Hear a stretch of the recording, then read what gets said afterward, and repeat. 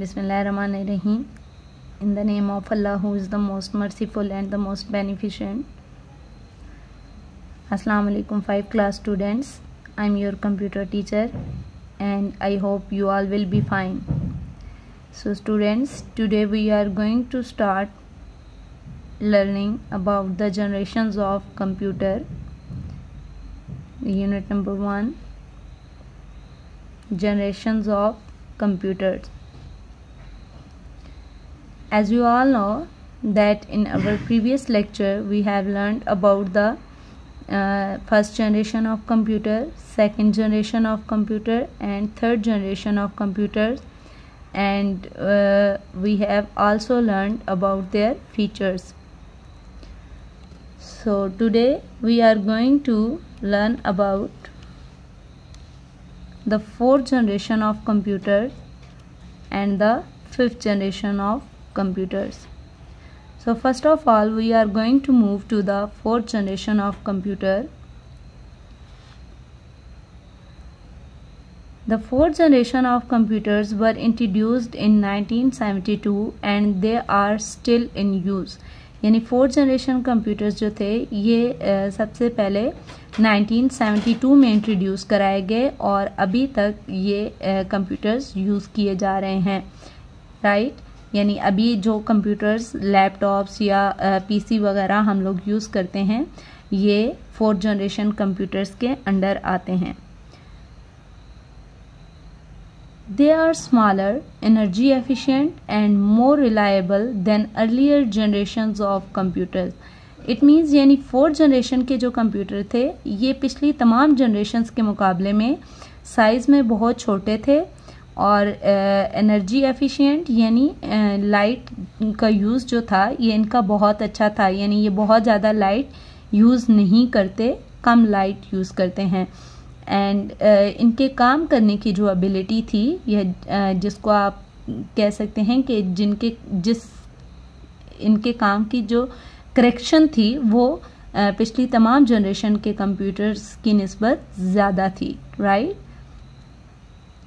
There storage capacity is very large, यानी ये बहुत ज़्यादा स्टोरेज कैपेसिटी रखते हैं और इनके अंदर बहुत ज़्यादा डाटा अमाउंट में जो है वो सेव किया जा सकता है.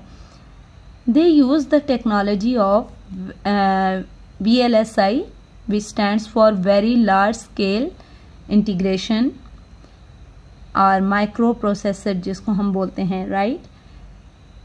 ये टेक्नोलॉजी इनके अंदर यूज़ की गई as a processor. Very large scale integration technology के बारे में हम ये कह सकते हैं कि ये एक ऐसी छोटी सी सिलिकॉन चिप होती थी जिसके ऊपर बहुत ज़्यादा तादाद में हज़ारों के हिसाब से छोटे छोटे इंटीग्रेटेड सर्किट्स लगे होते थे और इसको हम माइक्रो प्रोसेसर बोलते हैं, राइट. तो ये टेक्नोलॉजी जो है ये फोर्थ जनरेशन के कंप्यूटर्स में इंट्रोड्यूस कराई गई as a processor. So here you can see the example of fourth generation computers technology, microprocessor. This is microprocessor. आप देख सकते हैं कि ये एक छोटी सी स्मॉल सिलिकॉन चिप है जिसके ऊपर हज़ारों के हिसाब से ट्रांजिस्टर्स लगे हुए हैं, राइट. आपको नज़र आ रहे हैं. This is microprocessor and here are the some examples of fourth generation computer. The first one example is Apple Macintosh, and here this was our first computer of fourth generation, Apple Macintosh.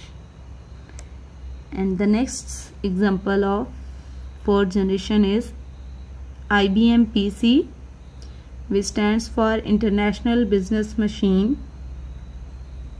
Personal Computer, right. And here this is the example of IBM PC. So these two were the example of fourth generation computers. Now move forward to the fifth generations of computer. They are using in present age and will be used beyond. यानी fifth generation के जो computers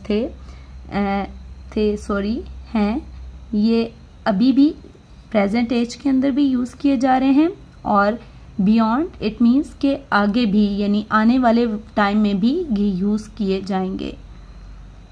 These computers are still in development stage. Developmental stage means यानी अभी भी इनके ऊपर काम हो रहा है और इनको मज़ीद बेहतर बनाने की कोशिश की जा रही है। The fifth generation will have the power of human intelligence and reasoning. Fifth generation computers जो हैं इनके अंदर इंसानों की जैसी इंटेलिजेंस यानी जहनियत की सलाहियतें मौजूद हैं, प्लस रीजनिंग यानी इंसानी वजूहात और जहानत जैसी सलाहियतें इनके पास मौजूद हैं। The advantages of this generation will be that they will be able to understand natural language and will be able to respond their surrounding using different types of sensors. यानी fifth generation के computers के जो सबसे बड़े फ़वायद होंगे वो ये होंगे कि ये कंप्यूटर्स इंसानों की तरह ही हमारी जैसी लैंग्वेज को समझने की सलाहियत रखते होंगे, यानी जो हमारे स्पोकन वर्ड्स होते हैं उनको अंडरस्टैंड करने की एबिलिटी इनके अंदर होगी, प्लस ये डिफरेंट किस्म के सेंसर्स को यूज़ करते हुए अपने सराउंडिंग्स में रिस्पॉन्स भी कर सकेंगे, right. So here you can see this is the example of artificial intelligence, यानी आर्टिफिशियल इंटेलिजेंस के अंदर एज यू कैन सी ये सारा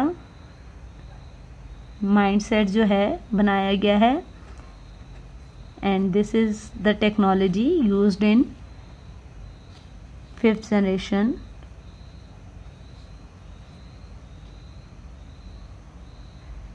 Now here these are some examples of fifth generation computer, और फिफ्थ जनरेशन के computer की example simple robotics हैं। Now here you can see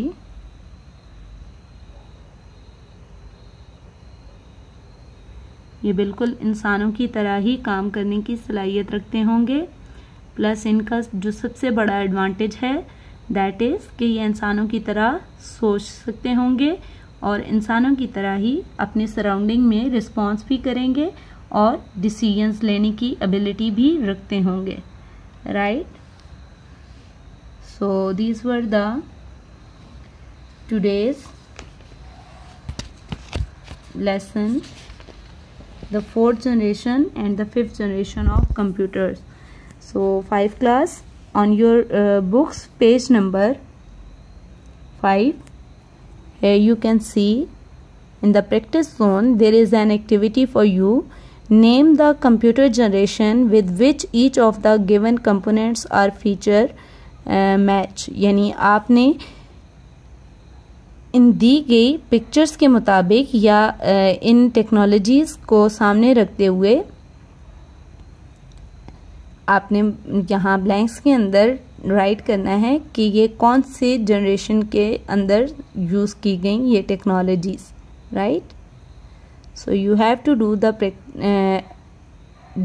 this activity zone and you have to do the reading practice from page number 3 and page number 4, right? So thank you so much students and have a great day.